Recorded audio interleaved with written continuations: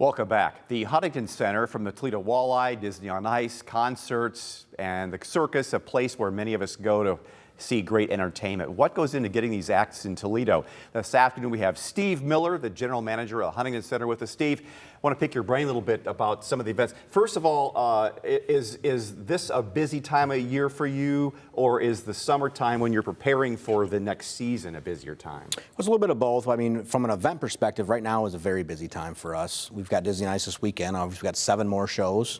Another one tonight, 3 more tomorrow, and 3 more on Sunday. Flip the rink over, play some hockey next week, and then I think we have 2 hockey games, and then we flip it back again into the Harlem Globetrotters, and then flip it back again for another hockey game, and go into the new year. So it's busy, but we're always working ahead. Most of the shows that we work with, are anywhere from 4 to a year out, trying to plan and hold dates and figure out when they're gonna take place. It helps probably your bottom line to have the Walleye as a tenant, because they sell out, they buy concessions. I mean, they're just a huge hit. That's just amazing how the world has changed in Toledo sports in the last 20 years. Oh, it is amazing. I mean, the Walleye are the #1 team in the league, really, from a attendance perspective, because they can't sell any more tickets. If they could sell more tickets, I think they finish number 2 or 3 sometimes, because there's a couple buildings that are bigger than them. Yeah. Otherwise, they would be #1, because they're just they have that model that works with the folks that run the Mud Hens and their model over with the Walleye. It works, and it sells tickets, and it's really a great thing for the community. And there's diehard hockey fans, but there's also casual hockey fans that want to come in and just enjoy themselves and have a night out. How many people can you get in the building for hockey? How many can you get in for a concert when you have the floor open to sell tickets there? Well, for a hockey game, there's about 7,400 fixed seats, but we also have the ability to sell standing room only tickets. Sure. So they can go up to 8,200 seats. And then from a concert perspective, it depends on where the stage is, it depends on how we set it up, but it usually varies anywhere from about 75 to about 8,300 seats. I mean, Elton John, when they sold all the way behind the stage, I think we had almost 8,400 people in the building for that. Do you yourself book these concerts, or you have a booking company that has the contact with all the agents, and there's got to be multiple levels with this and how they book them? Yeah, I book it all myself. I have an assistant. She's great.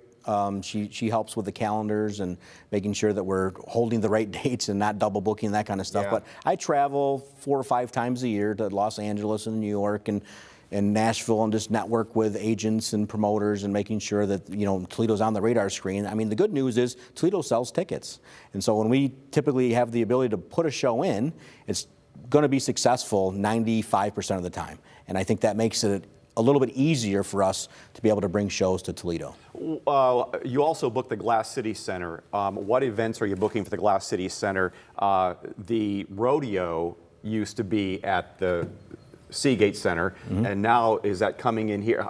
How do you decide which venue is going to get the event? For the most part, the ticketed events have now shifted to the Huntington Center. The only main ticketed event that we have is the Shriner Circus, just kind of a tradition. They've always been at the convention center. It works. The attendance that they have really works for that model.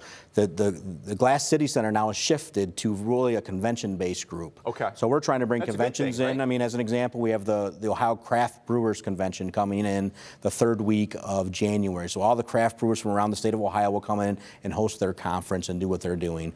And so we're really working directly with the Hilton's Hotel and with Destination Toledo to really bring people in, because we want people to stay overnight, we want people to spend money in the restaurants, and I'm not discounting what we do for concerts and other things, but they come in, watch the show, and 9 times out of 10 are driving out of town and going back home. When we do these conventions, we want people to come in and stay and spend their dollars in our market. What's an event, or what's something that you really, really, really would love to get and are having trouble nailing down? At the convention center? In general, at Huntington Center, we're always trying to get the big act. We've had the Eagles, we've had Elton John twice. I always want to get that home run act, and it's difficult because we're close to Detroit, we're close to Cleveland, and we're just not that big of a building. So we're in a great wheelhouse from a 7,000, 8,000 seat where 90% of the acts perform in that size venue. But there's also others that really need 10,000 or more seats, and we just don't have the opportunity to get them. But once in a while, they come our way. As an example, we just got Chris Stapleton back, which is a huge get for us. He's playing the Saturday before us. He's playing Ford Field. Wow. 45,000 tickets with George Strait. Yeah. Well, we're going to get Chris by himself, and we're so excited about being able to have that. Steve, good to have you in here today. Well, I could talk to you another 10, 15 minutes, but we don't have the time for it.